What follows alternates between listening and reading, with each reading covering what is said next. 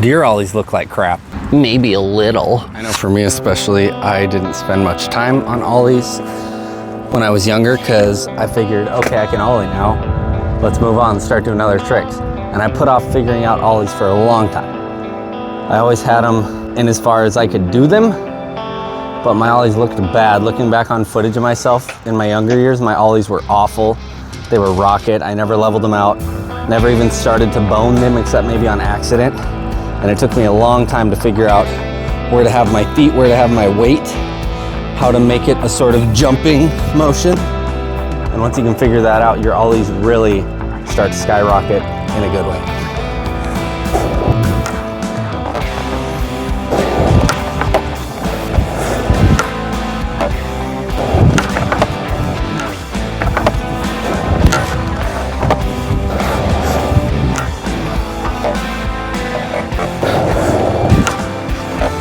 One of the things that took me the longest to figure out about ollies is that you're not popping straight down. The natural slope of the tail means that popping straight down isn't really possible without pushing the board forward. And to generate pressure on your front foot, you want to push the tail back, down and back. The way the leverage works on the truck, it's pivoting over the truck and the wheels. There's a pivot point. Let's say the pivot point is my wrist. That's where the action's happening. So by pushing straight down, the board would naturally want to go forward if you were stationary, but if you're moving, you're going to want to push back with the tail to generate that force, and using mainly your calf and your ankle. A lot of people, I see them slam the tail into the ground and they wonder why they're not getting any air. It's because your foot should not be in contact with the board when your tail touches the ground. Your foot should be probably inch to 3/4 of an inch above the tail, above the ground when it touches. When the tail touches the ground, your back foot is not on it. Your back foot will leave, as you can see in some of the slow motion ollies here. Your back foot is going to leave the tail, and once it throws the tail into the ground using your calf and your ankle, that's when you're able to lift your foot, and the board will then reconnect to your back foot. At that point, you can start adding the bone to it. You can figure out how you want to style it out once you've nailed this part down. It's going to take a little while. Not everyone's going to get it the first few tries. In fact, very few will probably get it the first few tries. But once you figure that part out, figure out how the board detaching from your foot can actually be of benefit. When you figure that out, that's when you can really start sucking the ollies up to your chest, getting your knees up there under your armpits, and really master it. When you finally nail these, they feel so good. One of the biggest detriments to your ollies is your knees. What you gotta do is figure out your jumping motion, the way you jump and raise your knees. For everyone, it's a little different. The timing's gonna be a little different. We all have different torso lengths, different femur lengths. So how long and how much effort it takes you to lift your knees to chest, going to be a little different for everyone, so your timing may vary from mine. If you look at some of these ollies in slow motion, once we initiate the pop, we're lifting our feet as high as we can. The front foot is there to guide the board, and the back foot is simply following along. If we do it just right, we can lift the back foot a little higher than the front foot, or duck down the front foot to give it that little bone action. Some people have it really good. I don't consider myself to be one of the people that has it good. I can do it sometimes, and when it works out, it looks cool, but honestly, my percentage of success for that one is pretty low. It's something that I'm still working on after 20-something years of skateboarding. I still don't have it down. I still have days where my ollies suck. And you know, that's okay. Some days things aren't gonna work out. Even if it's something as basic as an ollie, a pop shove it, a kickflip, a 180. No matter how good you get, you're gonna have days where things might not make sense. Or maybe I just suck and I'm trying to tell myself that it's okay. So myself having rather long legs and a long torso, for me to jump and get my knees to my chest, it might look something like this. So technically, I should be able to get my board about as high as my feet are getting. Can I do that in practice? No. Can I get maybe somewhere around here? Sure. You gotta set your expectations right. Figure out what it's gonna take for you to pop that tail down while lifting this front foot and getting your feet up. Figure that motion out. Knees to chest. Keep the board glued to your feet. When you get it and that board stays with your feet from the bottom to the top and back down, it feels amazing and you'll feel like a superhero.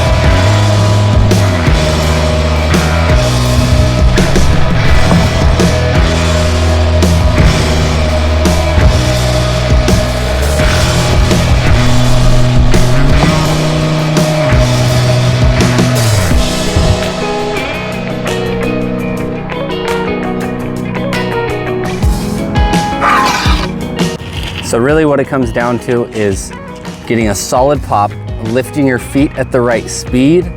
There were quite a few times in there where I was lifting my feet a little too quickly. The board's not gonna rise that quick.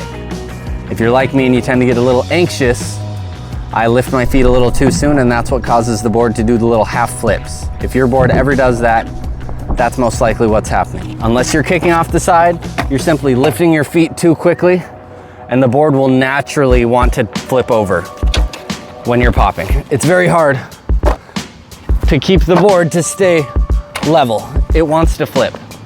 It does not want to stay level in the air. That's where your feet come in. So if you've been struggling with ollies or you know someone that's working on theirs and kind of struggling to get it down, tell them to give this a try. If you find that your ollies are turning, that's gonna come down to your shoulders and your hips. I can make a video on that as well if you're interested in improving your ollies and making them not turn.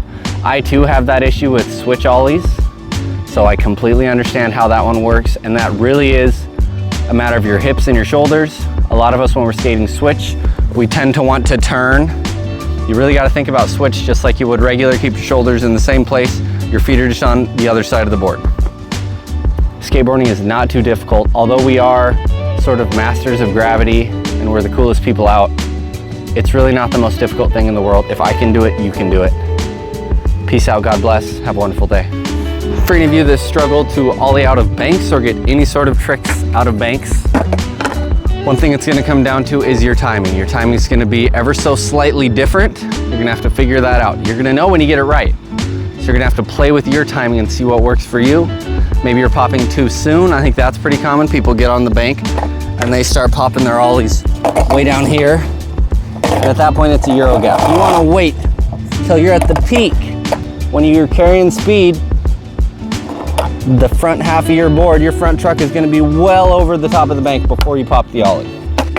It's all about timing. If you time it right, any bank, big or small, can give you a nice little boost. And when you figure it out, it feels fantastic.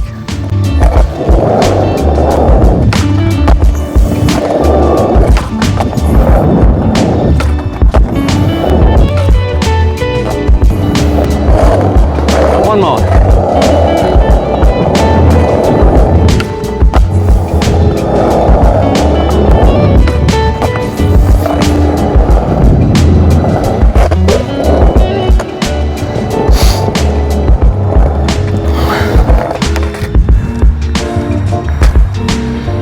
If there's any more trick tips you want to see, leave a comment down below, see what I can do.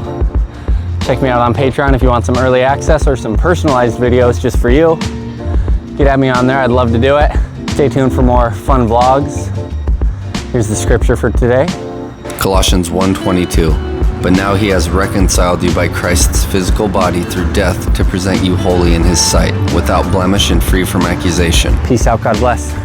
See you next time.